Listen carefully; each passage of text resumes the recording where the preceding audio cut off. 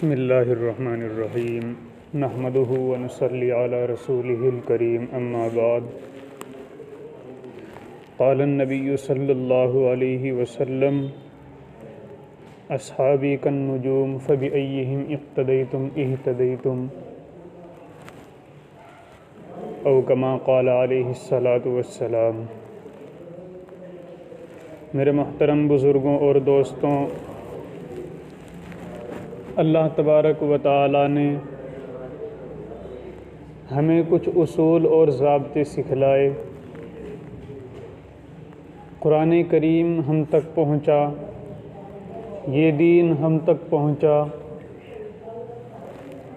یہ دین ہم تک کن لوگوں کی قربانیوں سے پہنچا، کن لوگوں نے اس میں اپنا مال خرچ کیا، کن لوگوں نے اس دین کو ہم تک پہنچانے میں اپنی اولادوں کی، اپنی بیویوں کی اور خود اپنی جانوں کا نذرانہ پیش کیا۔ وہ ایک ایسی جماعت ہے کہ جس جماعت کو ہم حضرات صحابہ کرام کی جماعت کہتے ہیں۔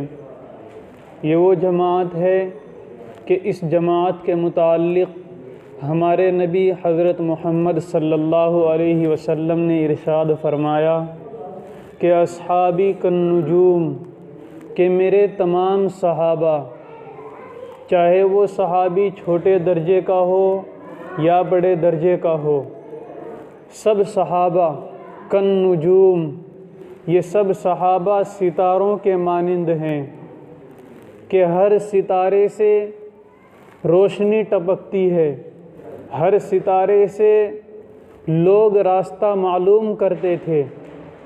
آج چونکہ گھڑیوں کا اور نقشوں کا رواج ہے، اس لیے پہلے زمانے میں لوگ ان ستاروں سے ہی وقت معلوم کرتے تھے کہ اس وقت کیا ٹائم ہوا ہے۔ پہلے زمانے میں لوگ ان ستاروں سے ہی راستہ معلوم کرتے تھے۔ تو ہمارے نبی صلی اللہ علیہ وسلم نے ارشاد فرمایا کہ اصحابی کالنجوم، میرے تمام صحابہ یہ ستاروں کے مانند ہیں۔ ان صحابہ میں سے جس کی بھی اطاعت کرو گے، فَبِأَيِّهِمْ اِقْتَدَيْتُمْ، جس صحابی کی بھی بات کو مانو گے، جس صحابی کو بھی اپنا نسب العین اور آئیڈیل بنا لو گے، اِہْتَدَيْتُمْ، تو اے لوگوں تم ہدایت پا جاؤ گے۔ ضروری نہیں کہ سب صحابہ کو نمونہ بنایا جائے، اگر ہم صرف ایک صحابی کو بھی اپنے لیے نمونہ بنا لیں تو بھی ہم کامیاب ہو جائیں گے، اور اگر ہم تمام صحابہ کی زندگی کو اپنی زندگی بنا لیں تو پھر تو ہماری زندگی ایک ایسے نورانی ماحول والی زندگی ہوگی کہ جو زندگی دین اسلام کے اندر مطلوب ہے۔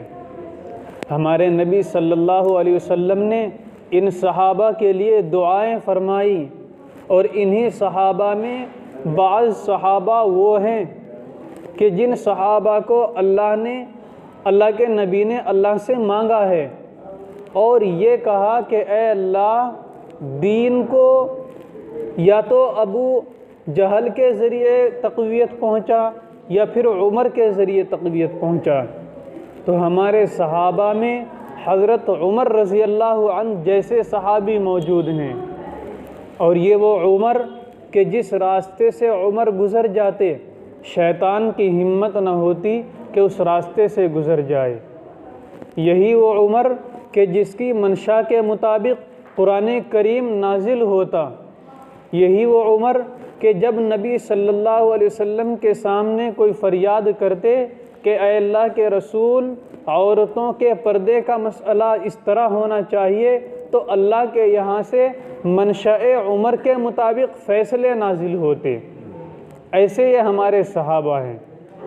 انہی صحابہ کے متعلق ہمارے نبی نے ارشاد فرمایا کہ فَبِأَيِّهِمْ اِقْتَدَيْتُمْ اِہْتَدَيْتُمْ، اے لوگوں ان صحابہ میں سے تم جس صحابی کی بھی اقتداء کر لو گے، جس صحابی کی بھی بات کو مان لو گے، اِہْتَدَيْتُمْ، تم ہدایت پا جاؤ گے۔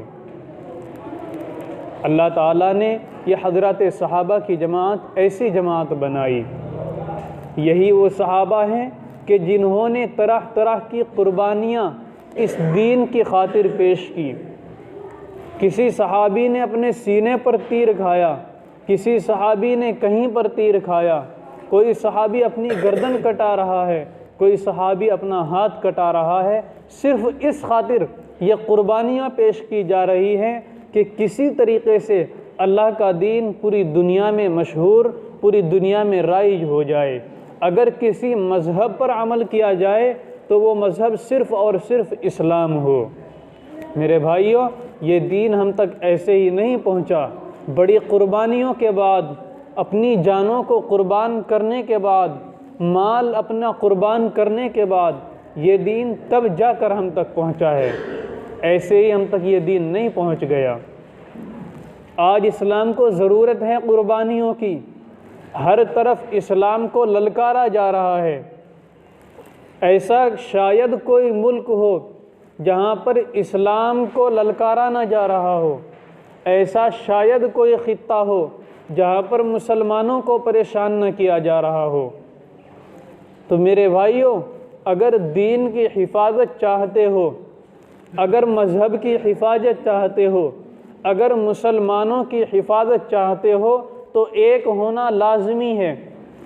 جس طریقے سے تمام صحابہ ایک جماعت تھی، اسی طریقے سے ہم سب کو ایک جماعت بننا لازمی ہے، تبھی جا کر ہم کامیاب ہو سکتے ہیں۔ جس طریقے سے صحابہ کے متعلق ہمارے نبی نے ارشاد فرمایا تھا کہ تمام صحابہ ستاروں کے مانند ہیں، یا تو تمام صحابہ سے راہبری حاصل کر لو یا صرف ایک صحابی سے راہبری حاصل کر لو، تم کامیاب ہو جاؤ گے۔ یہ جماعت حقہ کہ جس کے متعلق نبی صلی اللہ علیہ وسلم نے بار بار کامیابی کا اعلان فرمایا، تو یہ صحابہ ہمارے لیے نمونہ ہیں۔ ہمیں ان صحابہ کی زندگی کو اپنانا چاہیے، ان صحابہ کے ایک ایک عمل کو ہمیں اپنانا چاہیے۔ یہ صحابہ وہ صحابہ ہیں کہ جنہوں نے نبی صلی اللہ علیہ وسلم کی زندگی کو اور خود آپ صلی اللہ علیہ وسلم کی اپنی مبارک آنکھوں سے دیکھا اور پھر ہم کو بتلایا کہ ہمارے نبی محمد صلی اللہ علیہ وسلم اس طریقے سے چلتے تھے، ہمارے نبی کے چلنے کا طریقہ یہ تھا، ہمارے نبی کے بیٹھنے کا طریقہ یہ تھا، جب کسی آدمی سے بات کرتے تو اس کا طریقہ یہ تھا، جب کھانا کھاتے تو اس کا طریقہ یہ تھا۔ زندگی کا ایسا کوئی بھی وقت اور کوئی بھی دور ایسا نہیں ہے کہ جس زندگی میں ہمارے لیے نمونہ ہمارا نبی نہ ہو۔ اسی لیے اللہ تعالیٰ نے ارشاد فرمایا کہ تمہارے لیے بہترین نمونہ تمہارے نبی کی زندگی ہے۔ لَقَدْ كَانَ لَكُمْ فِي رَسُولِ اللَّهِ أُسْوَةٌ حَسَنَةٌ کہ اے لوگوں، تمہارے نبی کی زندگی تمہارے لیے ایک بہترین نمونہ ہے۔ آج ہم اپنے نبی کی زندگی کو چھوڑ کر غیروں کی زندگی کو اپنا رہے ہیں، اپنے نبی کی سنتوں کو چھوڑ کر غیروں کے طریقوں پر چل رہے ہیں۔ کیا ہمیں ہمارا نبی کا طریقہ پسند نہیں آتا؟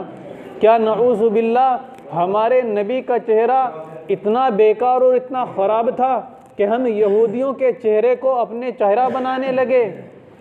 میرے نبی نے ارشاد فرمایا کہ سبحان من زین الرجال باللحیٰ کہ پاک ہے وہ ذات جس نے مردوں کو داڑھی سے زینت بخشی۔ مسلمانوں، ہمارا نبی تو یہ کہے کہ پاک ہے وہ ذات جس نے مردوں کو زینت بخشی، جس نے مردوں کو خوبصورت بنایا داڑھی دے کر، لیکن نعوذ باللہ ہم نے اپنے نبی کی سنتوں کو چھوڑ کر غیروں کے، یہودیوں کے، عیسائیوں کے طریقے کو اپنایا۔ کیا ہمارے نبی کا چہرہ اتنا خراب ہو گیا کہ ہم یہودیوں کے چہرے کو اپنے چہرے جیسا بنانے لگے؟ نہیں ہے مسلمانوں، ہمیں اپنے چہرے کو ہمارے نبی جیسا چہرہ بنانا چاہیے۔ اے مسلمانوں، کیا ہمیں اس وقت شرم نہیں آتی کہ جب ہم اپنے چہروں سے یہ داڑھی اتروا کر نائی کی دکان پر بیٹھ کر نالی کے پانی میں بہا دیتے ہیں؟ اسی داڑھی کی خاطر ہمارے مختلف علماء آج کل ہر دور میں ایسے واقعات پیش آتے رہے ہیں کہ اسلام پر جب عمل کرنے والے بہت کم بچ جاتے ہیں تو ان لوگوں کے اوپر ظلم ہونا شروع ہو جاتا ہے۔ ہم دیکھتے ہیں موبائلوں کے اندر ویڈیو آتی ہیں کہ کسی ایک بوڑھے شخص کو پکڑتے ہیں اور اس کی داڑھی پر کینچی چلا دیتے ہیں، صرف اس لیے کہ تو نے داڑھی کیوں رکھی۔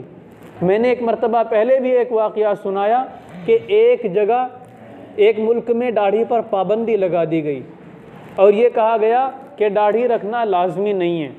ایک وکیل کھڑا ہوا اور اس نے جا کر سپریم کورٹ میں اپنی درخواست دائر کی اور کہا کہ داڑھی رکھنا اسلام کے شعار میں سے ایک شعار ہے۔ سپریم کورٹ نے فیصلہ دیا کہ فلاں دن مقدمہ چلے گا، اپنے دلائل لے کر آ جانا۔ وہ وکیل ہر طرح کی دلیل دے چکا، سپریم کورٹ نے تمام دلیلوں کو مانا اور یہ کہا کہ تم جتنی بھی دلیلیں دے رہے ہو یہ سب دلیلیں درست ہیں، صحیح ہیں، مگر داڑھی رکھنا اسلام کا جز نہیں ہے۔ یہ سپریم کورٹ نے فیصلہ سنایا اور سناتے ہوئے یہ کہا کہ اگر داڑھی رکھنا اسلام کا جز ہوتا تو اے وکیل تیرے چہرے پر بھی داڑھی ہوتی۔ تو اے لوگوں، اپنے نبی کی سنتوں کو اپنی زندگی میں لاؤ۔ ہمارے لیے نمونہ ہمارا نبی ہے، یہود و نصارہ ہمارے لیے نمونہ نہیں ہے۔ اگر ہم اپنے نبی کی زندگی کو اپنی جیسی زندگی بنا لیں گے، اگر ہم اپنی زندگی کو اپنے نبی جیسی زندگی بنا لیں گے تو ہم ہر طرف کامیاب ہوں گے۔ سڑکوں پر نکلتے ہیں، ٹرینوں میں بیٹھتے ہیں، بسوں میں بیٹھتے ہیں، وہاں پر ایک دو مسلمان نظر آتا ہے، ایسا نہیں ہے۔ اس بس کے اندر تقریباً 50% مسلمان ہوتے ہیں، مگر مسلمان ہونے کی جو نشانیاں ہیں، ٹوپی ہونا، داڑھی ہونا، یہ لباس جو ہمارے نبی کا لباس ہے، اس لباس کو پہننے والے اس بس کے اندر ایک دو ہوتے ہیں۔ اسی وجہ سے اس بس کے اندر یا ٹرین کے اندر اسی شخص پر حملہ کر دیا جاتا ہے۔ تو اے لوگوں، اپنی جمعیت کو اختیار کرو، اپنے نبی کے طریقوں کو اپنی زندگی میں بساؤ۔ یہی نبی کا طریقہ ہے جو ہماری دنیا اور آخرت میں کامیابی کا ذریعہ ہے۔ اللہ تبارک و تعالی عمل کی توفیق عطا فرمائے۔ سنتیں پڑھو۔